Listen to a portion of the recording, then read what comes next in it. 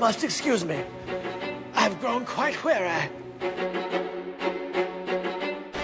This hasn't been easy, I know. But you've learned a lesson. A lesson in honesty. Honesty to yourself and honesty to others. That lesson will stand you in good stead all your life. I think we've all learned a good lesson. I've always heard that honesty is the best policy. Now I'm catching on to why that's so, and why that's so, and why that's so, and why that's so, and why that's so, and why that's so. Greetings. God damn it.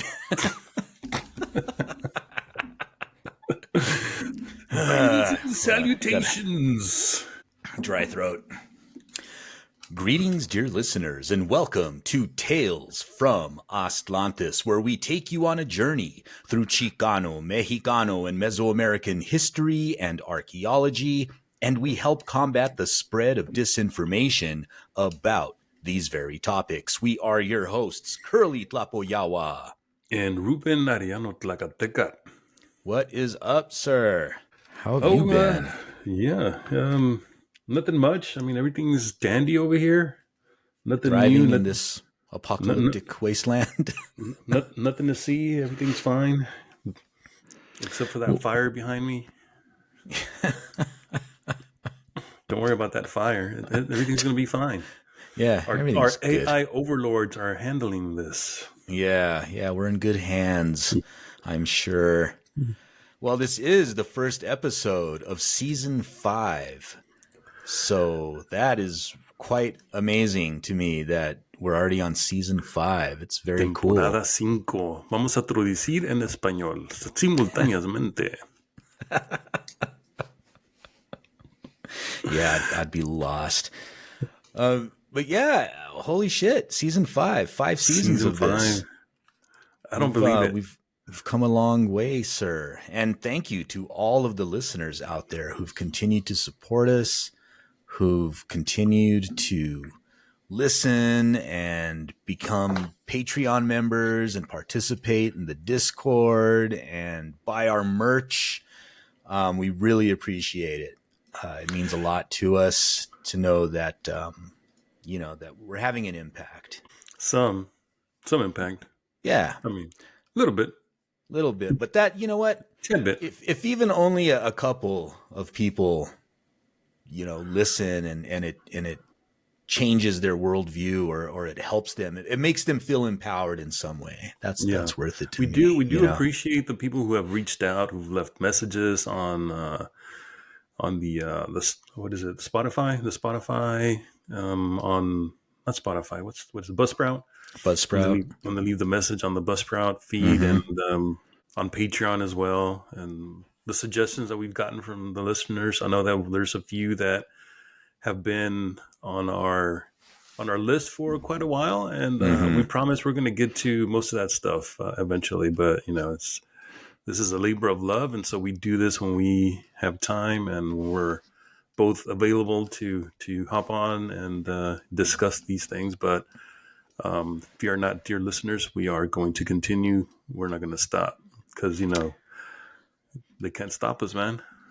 Ain't no stopping us now. Ain't no stopping us now, baby. So I wanted to start off with a little bit of really cool news.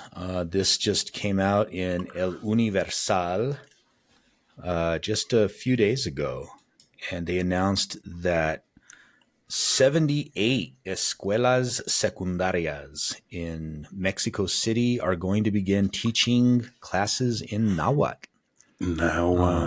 As a way of celebrating the linguistic plurality of the nation and just recognizing the importance of indigenous languages. So nice. I think that's really cool. Escuelas secundarias, how are those? Is that junior high? Or? Junior high, secundaria, primaria, secundaria. Yeah, secundaria is junior high because I think, at least in some places in Mexico, a prepa is what they call a high school, if I'm not mistaken. Okay. Yeah, preparatoria. So it's primaria, secundaria, preparatoria, and then it's the university after that. So this is really cool news. That's exciting. I can't wait for the haters to be like, well, why are they teaching Nahuatl? Yeah, I was just thinking that too. Why not the other? It's like, I don't know. Why are they teaching Nahuatl in Tenochtitlan? You fucking losers. Settle down. Wait a minute. That's a preemptive strike, sir. We don't even know. We don't even know if that's the criticism that's going to be launched. Yeah. You're right. So my apologies to all the haters. To the haters. Pre-hate in advance. Yeah. No, shielding from the hate. Right? Yep. Chimali. Exactly. That's what we call the Chimali Institute. Yeah. We're the shield. Because we're the shield, baby. That's right. And you had some cool news as well, right? I have to share with us. Some good barrio news. And barrio news, it's got to be good news. Otherwise, what's the point? Yep. So this is out of the Huntington Archives, the Huntington Library out in California. And it says recently they put out an article that the Huntington Archives acquired the files of Guzmano Cesaretti. So those of you that are not familiar with him, I was vaguely familiar with his work. I've seen it before, but I wasn't really too knowledgeable about his background. But he was an Italian-born photographer that made his way to California back in the late 50s, early 60s or something or maybe 60s, early 70s. In any case, he was hired by the Huntington, and during his tenure at the Huntington Library, he would go out into LA, especially East LA, and he would photograph a lot of the Chicano community. He really became enamored with the Chicano community, the Chicano culture of East LA, and there's the collection houses like a significant amount of pictures that he took of people in Boyle Heights and Lincoln Heights and the different neighborhoods out there. And I'm not sure what plans they have with this, but they just made this announcement that they have more than 800,000 historical and contemporary photographs of the Mexican-American community in Southern California, Los Angeles urban space. So those of you that are researchers, scholars of Chicano culture, especially of Southern California and LA in particular, this is a boon for you to go out and start, once they make the materials available to go out there and start going through the files and see what you can make of it. But just based on the article that was posted, some of the pictures that they posted, they have him taking pictures. There's one entitled Street Riders, and it's showing another Chicano artist by the name of Chaz Bojorquez, and it shows him running through a back street near Whittier Boulevard in East Los Angeles, and this is from 1973. Sick. And in the background, you see this building with a bunch of hit up, from the local, clica there in that neighborhood. And so, just scrolling through the pictures, you see the breadth and scope of what he did, and then in some of the description below in this article, they mentioned that he became really good friends with the president of Click, Lowrider Car Club out there in LA. And through that friendship, the president of that car club allowed him to kind of ride along and to take pictures of a lot of the events and activities that they did. And so those of you that are interested in researching and looking into the lowrider culture of specifically in the East LA area like this, if you want pictures from the 70s, 60s, 70s, and all the way up into the 80s. I mean, this collection spans the late 60s, and he was active well into the early 2000s. And so there's a lot of material that are ready to be discovered. Man, that's way cool. Yeah. And I'm a big fan of Chaz Bojorquez. Yeah. That guy does some really cool stuff. I wonder how many photos he has of him, and if you could see, because Bojorquez has that really distinctive lettering style that he uses, if you could sort of see the evolution of that, if there are enough photos of his work buried in there that you could maybe see the evolution of that style, that would be interesting to check out. I know, that'd be cool. Well, very cool, man. See, so we're starting off with some great news before we get into the nitty-gritty of today's episode. God damn it. So shall we begin, my friend? Sure. I guess. Well, dear listeners, it happened.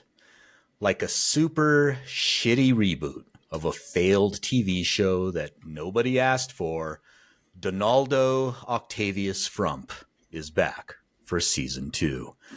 And like all shitty reboots, this one looks like it's just going to be more of the same.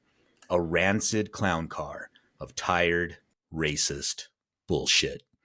Only this time, he's brought along a friend. A similarly focused little troll who many think is the one actually pulling the strings. I'm referring to, of course, the world's richest and dumbest human being, Elon Musk. And the combined power of these two pathetic clowns has already had disastrous effects. One of Ronald's primary campaign promises was the institution of a mass deportation program inspired by the infamous Operation Wetback of the 1950s. You know, that bygone era when America was great, quote unquote. This comes as no surprise, really, as Trompito has publicly praised these Eisenhower-era immigration raids since he first ran for president way back in 2016. And leading up to the recent election, he only escalated his verbal attacks on immigrants, proclaiming to his sycophants and cultists that immigrants are poisoning the blood of our country. In fact, at the Republican National Convention this past July, he declared the following. The Republican platform promises to launch the largest deportation operation in the history of our country. As his crowd of dipshit supporters held up signs bearing the phrase, mass deportation now. He even directly referenced Operation Wetback way back. Operation Wetback way back? That's a tongue twister right there. Yeah, it is. Say that three times fast. In 2015. He didn't identify it by its name at the time, but I'm sure you can look forward to the normalization of the word wetback in the coming months. Because he's a coward. Yep. Ronald stated, you look back in the 1950s, you look back at the Eisenhower administration, take a look at what they did, and it worked. Jack off. Did it work? Historians say the program tore families apart, violated civil rights, and at times turned deadly. And yeah, I would be remiss if I didn't mention that former President Barack Obama earned the title of Deporter-in-Chief yes, for overseeing the deportation of 3 million plus individuals, 2/3 of which had no criminal record. That's right. But look, he ain't going to be president again, and we need to prepare ourselves for the shit show on the immediate horizon. And so it's a shit show, isn't it? Yeah. It's barely been a month, like a little over a month. God damn. So with that, dear listeners, we here at the Tales from Aztlantis podcast thought it would be prudent to take a look at Operation Wetback and its precursor, the Bracero program. Because as they say, everything old is new again. Birth of the Bracero program. The Bracero program, officially known as the Mexican Farm Labor Program, was a series of agreements between the United States and Mexico designed to alleviate an American labor shortage caused by the Second World War. The plan was to import temporary workers from Mexico, or braceros, who were hired on renewable 6-month contracts to harvest crops and maintain and repair the railroads. The agreement stipulated that braceros would receive fair wages, adequate housing, and humane treatment. Employers were required to cover transportation costs, ensure workers had access to health care, and respect their labor rights. In theory, the program presented a win-win scenario. Mexican workers would gain employment opportunities while U.S. farmers would benefit from a steady labor supply. In practice, however, the promises of the Bracero program fell short. braceros faced grueling work conditions, long hours, and low wages. Housing arrangements were frequently substandard, and many workers endured discrimination and abuse. While some braceros benefited from the program, such cases were exceptions rather than the rule. As part of the recruitment process, Mexican workers were often subjected to humiliating medical inspections, including pesticide fumigations where they were stripped down and doused with DDT. Like, we've all seen those famous photos, right? It's so infuriating every time I look at those. Yep. Once in the U.S., their movements were tightly controlled by their employers, who withheld wages and confiscated passports to prevent workers from leaving their assigned jobs. Despite these hardships, the program attracted millions of participants. By its conclusion in 1964, more than 4.5 million contracts had been signed, making it one of the largest labor exchange programs in history. The Bracero program had a major impact on both countries. In the United States, it cemented the dependence of agribusiness on migrant labor, a legacy that continues to shape labor dynamics to this day. For Mexico, the program provided a critical source of remittances, which bolstered rural economies and supported families in underserved regions. However, the program also exacerbated existing inequalities. In the U.S., braceros were seen as little more than disposable labor, valued only for their productivity and stripped of basic human dignity. Their presence also suppressed wages and job opportunities for domestic workers, fueling anti-immigrant resentment and xenophobia among segments of the American public. The rise of Operation Wetback. By the early 1950s, the Bracero program faced mounting criticism for its inability to control unauthorized migration. Many Mexican workers entered the U.S. outside of the program's legal framework, seeking to escape poverty and secure employment. This influx of undocumented laborers alarmed U.S. policymakers, who viewed it as a threat to national security and economic stability. And we can't overlook the fact that the agricultural industry was actively undermining the program by hiring every Mexicano that they could, regardless of whether they were participating in the program or not. In response, the U.S. Immigration and Naturalization Service, or the INS, launched Operation Wetback. In June of 1954, a large-scale initiative to apprehend and deport undocumented Mexicanos. The operation was characterized by aggressive enforcement tactics, including raids, checkpoints, and mass deportations to remove Mexican immigrants from the United States. Popular media helped to gin up anti-immigrant sentiment by depicting undocumented workers as being responsible for increased disease, higher crime rates, the spread of narcotics, communist infiltration, and increased welfare costs. So things have changed a lot, obviously. Yeah, things have gotten way better. This combination of xenophobia, Red Scare propaganda, and anti-immigrant policy marked the beginning of the deportation raids and border militarization that we are all familiar with today. Operation Wetback was widely criticized for its harsh methods and utter disregard for human rights. Many deportees were sent to remote areas of Mexico with little to no resources, leading to significant suffering and even fatalities. Families were often separated, and legal residents, that is, United States citizens of Mexican descent, were frequently swept up and deported. It is claimed that more than 1 million individuals were forcibly removed from the U.S. because of Operation Wetback, a number that is highly contested by historians critical of the policy.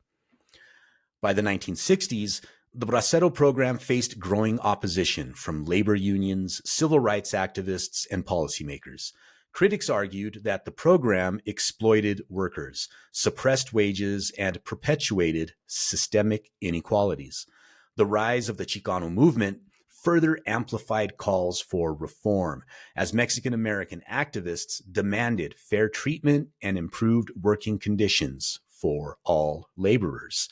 In 1964, the U.S. Congress officially terminated the Bracero program, citing concerns over its impact on domestic employment and its failure to uphold labor standards.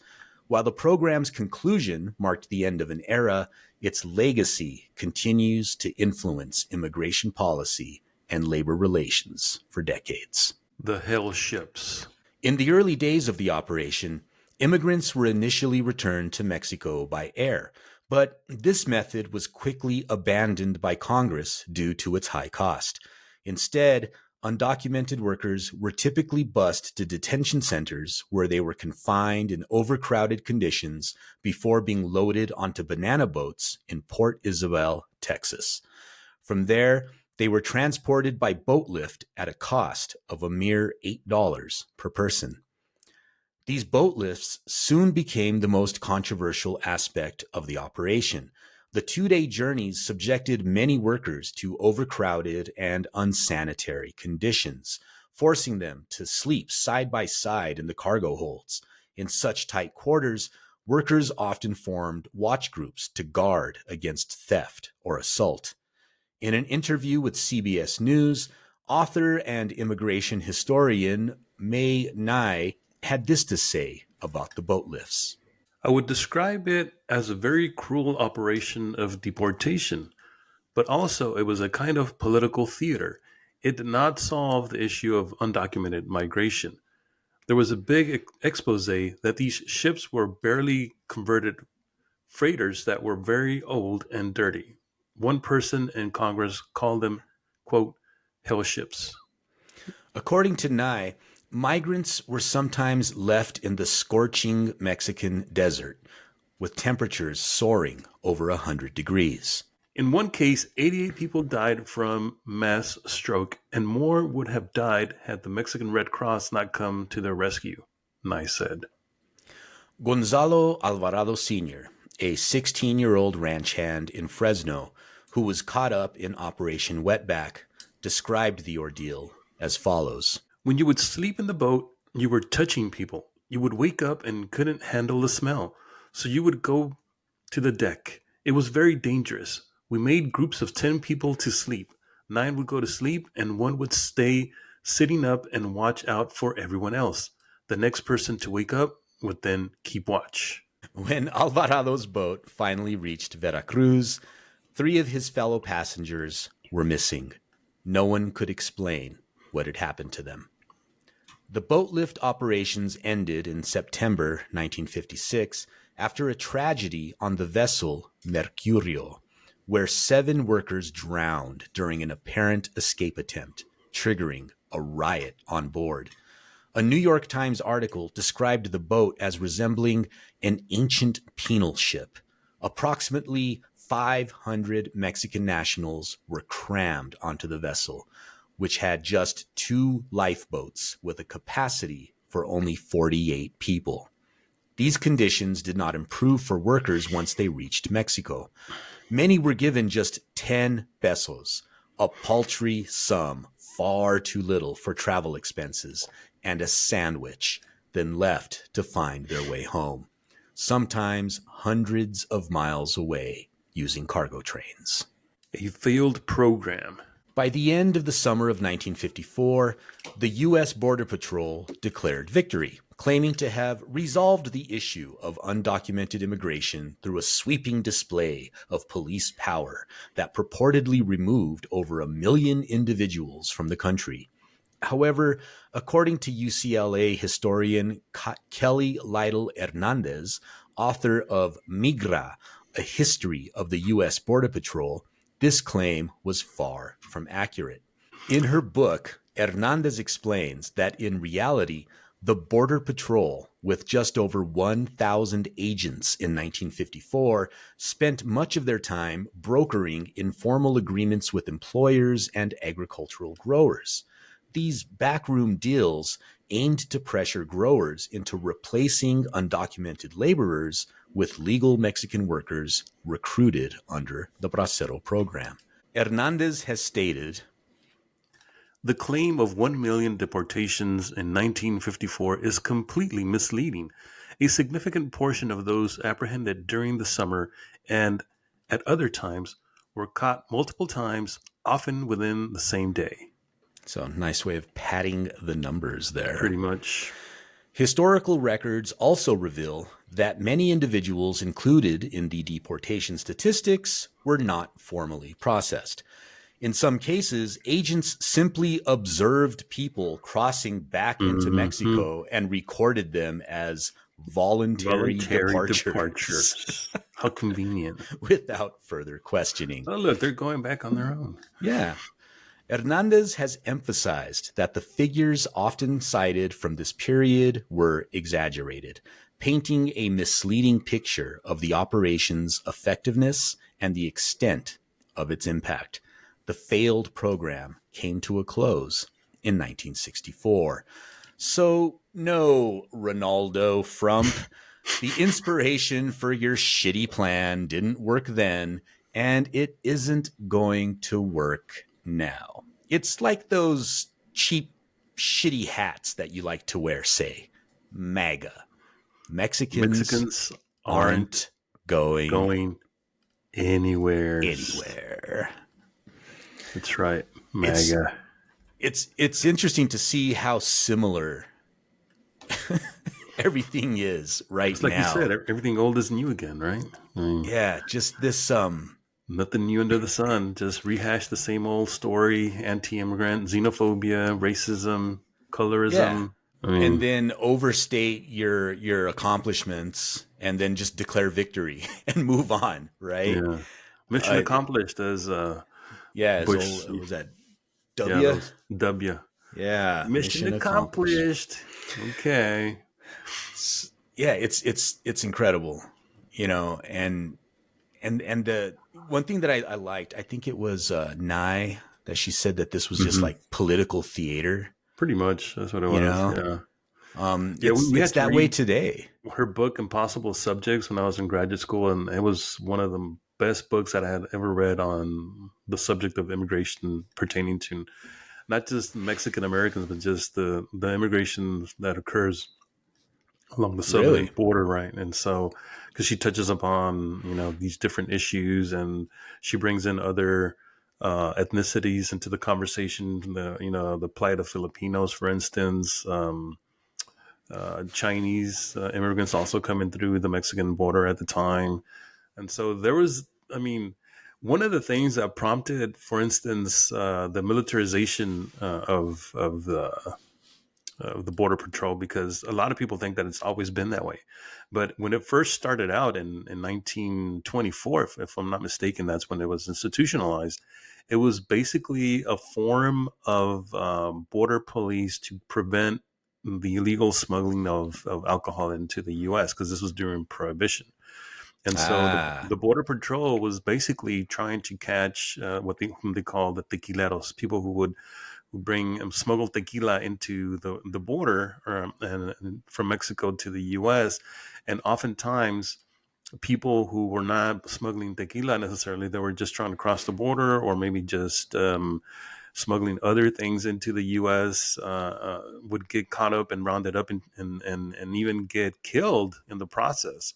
And so this is also the same time that a lot of the border killings are being done by the Texas Rangers in collaboration with the U.S. Army, some of which are stationed along the border at the time in the late 19-teens and into the early 1920s. And so that's why in 1924, the U.S. decides that it's time to finally make an actual police force that is in charge of enforcing these things to prevent the further massacres that were occurring along the border of Mexicans and ethnic Mexicans by the hands of Texas Rangers and others. So there's a longer history that is tied into this anti-Mexican hate that starts basically, I hate to say it, but since 1846, 1848, since right the war off the between bat. the U.S. and Mexico, it's an ongoing thing. That's fascinating. So, and what was the name of her book again? It's called Impossible Subjects. Impossible Subjects. We'll put a link to that in the show notes because it sounds like that's something worth reading. And then just this whole, the political theater of using human beings, right? Just like tokens or pawns to advance your own agenda. Just like the governor of, it was Abbott, is that his name? When he was just getting people and busing them off to the sanctuary cities. Governor Wheels, as we like to call him over here. Yeah, that guy, I mean, he's a total dick. That's what he is. Yeah, and just, it's a joke to them. If they think it's funny when people they're just suffer. playing politics, and if people have to die in the process, if you have to be cruel in the process of attaining your political goals, then so be it, because these are just disposable people, right? They're just a bunch of Mexicans. Who cares? Mm-hmm. That's the attitude that they have. Mm-hmm. And sadly, there's a lot of people in the state that behave that way, that have internalized that, including our own raza. I mean, as we've seen lately, right? Like people along the border who are now beginning to feel the effects of this widespread anti-Mexican sentiment. They believe that because they're on the good side or because they're Americans. I'm not Mexican, I'm American. I'm not like them. No, you shithead. It's because to them, Mexican is anyone who is brown, anyone who has a Spanish last name, who has connections to Mexico. It's not about your nationality. It's about your ethnicity. And that's what these morons don't understand. That there's a difference between someone who is an ethnic Mexican, someone who has ancestry connected to Mexico, and someone who is a Mexican national. Anyone who was born in Mexico, by definition, is a Mexican, just like anyone born in the U.S. is an American. If you're born on the well, now that's being contested too, right? For now, anyway. but it's like they don't understand that distinction. Like when they see a brown person with a Spanish last name, you could be, the most assimilated and Americanized Mexican American there is, and you might even not call yourself a Mexican American. You could just say, I'm just American. And you've met these people before, right? Mm-hmm. And they still look at you and they see, quote unquote, a wetback. I mean, I hate to say it. If this is you listening to this, I hope that this is a rude awakening so that this doesn't happen again, so that we don't have our own people shooting themselves up in their own feet, for the sake of wanting to be accepted by this racist society. Yeah, it's delusional. They're like, well, it won't affect me because I'm a U.S. citizen. Exactly. And, I'm not How's a Mexican. That going for you? Yeah. How's that going? How's that working out? Mr. American, Mr. Brown American, or Mrs. Brown American? Yep. How's that working out? Well, one thing I did want to bring up, because I just saw another one of these posts today on social media, is there's a lot of, completely well-meaning, well-intentioned individuals reposting these ICE sightings, right? So they'll be like, ICE is currently at this place or ICE is currently at that place. Yeah. And one thing I'm noticing is that they're not actually verifying whether ICE is actually, they're just seeing something and sharing it because they think they're being helpful. Well, isn't that the case for anything online nowadays? Yeah. I mean, that's been the case for a while. I mean, that's what got us to Trump. There's people who share bullshit. So I just want to implore these individuals, like, if you're out there, I get it. You want to be helpful, but you should really restrict, posting this stuff until you've actually seen it verified, because otherwise you could be just like contributing to this anxiety and this fear where people are afraid to go out. And I've even seen white nationalists posting about it on social media, and they're saying like, hey, we could weaponize this, and they're sharing these hotlines and they're sharing these places, these emails and stuff where you could report seeing ICE. They're like, hey, we can use this to sow disinformation and to sow anxiety. Like, let's just flood them with so much false information that they're afraid constantly to go anywhere. And, I see how this can just be weaponized against our own people. And so I'm just for our listeners out there, I get it, trying to do a good thing by making people aware of where ICE might be. Just be careful that you're not repeating something that isn't true, because I've seen it firsthand, like get out of control and freak people out. And it's pretty gnarly. And I had a question for you because I saw a post the other day that kind of made me think. This person on social media, I don't remember their name, but they posted that the comeback often about the immigration raids and the mass deportation is that, well, who's gonna pick your fruit then? Who's gonna pick your vegetables? Who's gonna watch your kids? And this person was saying, well, it's kind of just reducing our people it's essentializing us to like all we are is a labor force, right? Yeah, braceros, right? I mean, that's all exactly. Mexicans are good for, manual labor. Yeah, exactly. So what's the question? Well, just how, what's your take on that? I hadn't seen that, I hadn't encountered that, but I mean, now that you mention it, yeah, it is. I mean, a form of essentializing Mexican immigrants as just perpetually being someone who's in service of the country, doing the dirtiest jobs, the most manual and hard, arduous jobs that there is, because that's all that they're allowed to do. I mean, for many years during the Bracero program, that's literally what they were hired to do, to come in, pick the crops. In some cases, maybe work on the railroads, like was the case during the Chinese immigration in the late 1880s. And then they passed the very first xenophobic anti-immigrant legislation that was passed. And I don't know if I mentioned it before in this podcast, but it's something that we discuss in my classes when we're talking about this period. Is in 1882 they passed the Chinese Exclusion Act, and this act was meant to be one of many to come, where they begin to set quotas as to how many people come from where, and which countries are allowed to come in, which aren't. And so it kind of begins from that point forward. And of course, when you're looking at immigration, especially at the turn of the century, in the late 1900s, early 1900s, the people who were favored to come in would have been Nordic Europeans, people from Germany, people from England, people from Scandinavia, those Northern European countries, but those from Southern Europe and Eastern Europe who were seen as a bit more ethnic, as a bit darker skin, coming from largely Catholic countries, because this is also white Anglo-Saxon Protestant, kind of mindset that's what the country's best stock comes from, people who are from that category, white, Anglo-Saxon, and Protestant, not just. And now all that's kind of thrown in the mix with a lot of the religious arguments, especially against abortion and women's, right to their own bodily autonomy. So that's kind of been upended in the recent era. But even up until like the 70s and 80s, it was still like a lot of these racists, the KKK, when they made a comeback in back in the late 20th century, they were still very much anti-Catholic. I'm sure they still are, but a lot of so-called quote unquote conservatives, people who weren't necessarily part of the KKK, were also, on that bandwagon of being anti-Catholic. And you still kind of hear it a little bit, but not so much.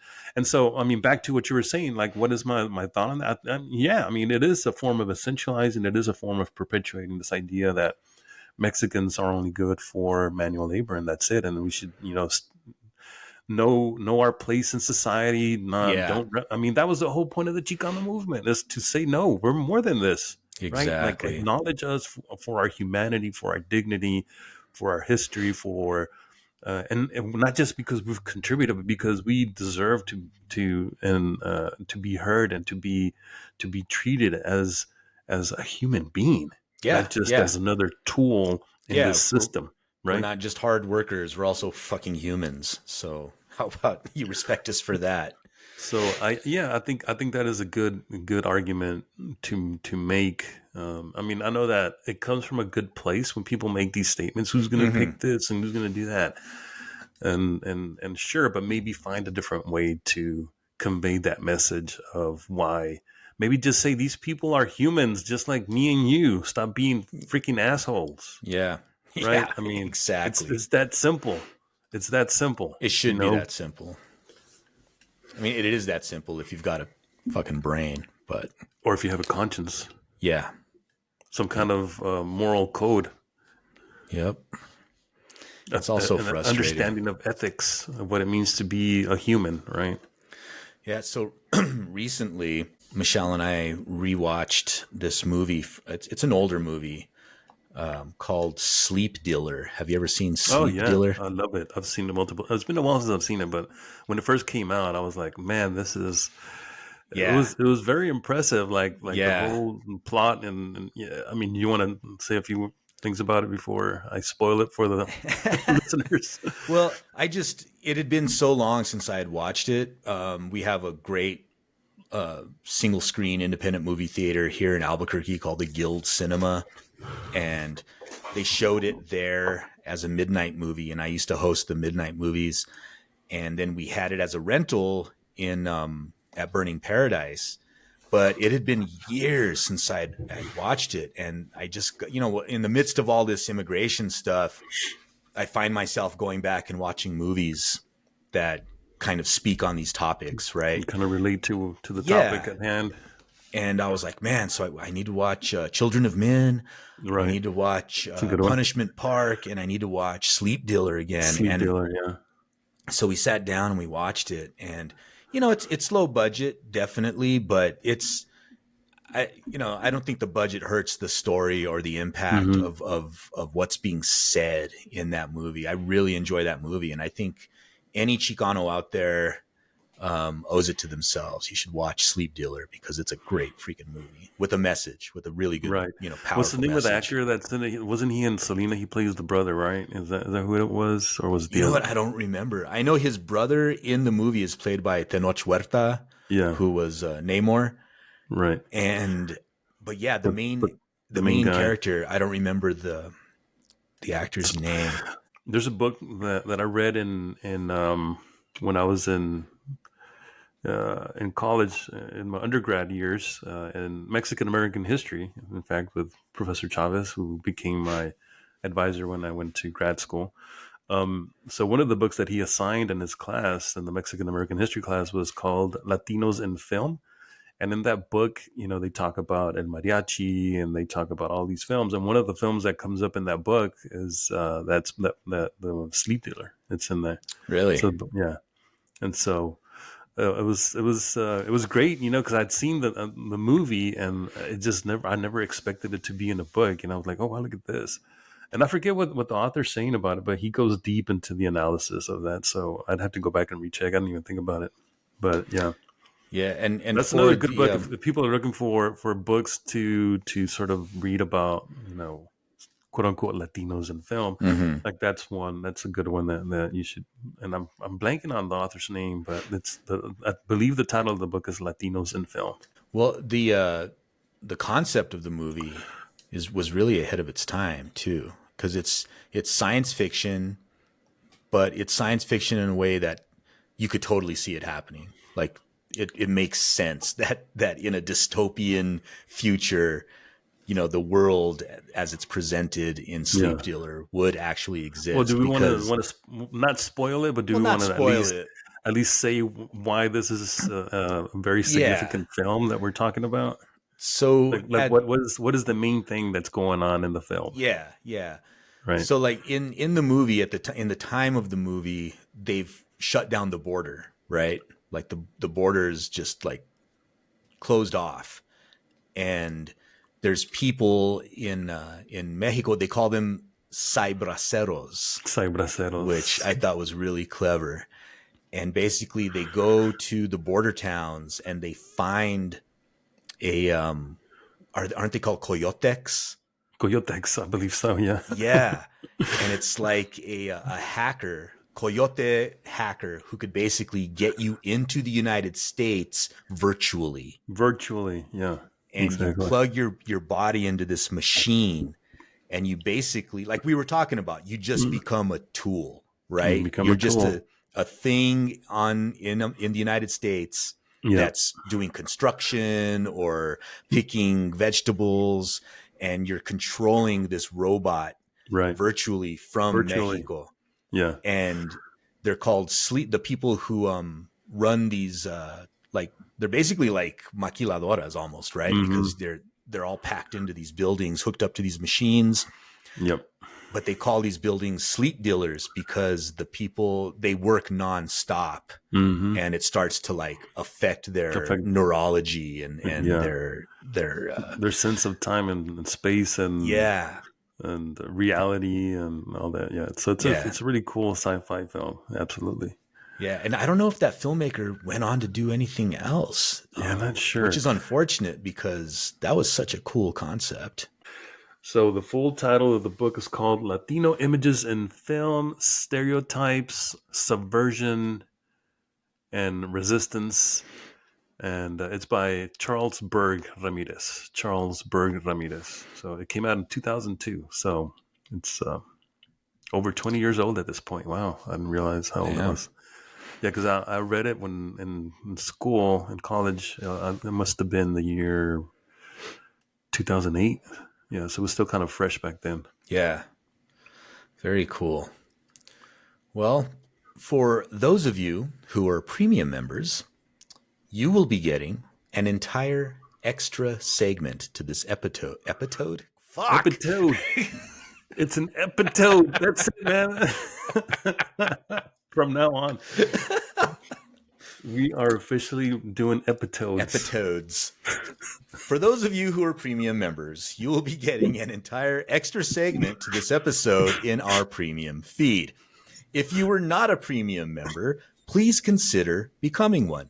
Just follow the link in the show notes, and for a mere $5 a month, $5 a month, you will get ad-free episodes with bonus content, premium episodes, and access to our Discord server where you can interact with us and other fans of the show. So go premium and support independent, indigenous, Chicano media. And until next time, remember, the truth is like medicine. It doesn't always taste good, but it is always good for you. Braceros, rise up. Te moitase.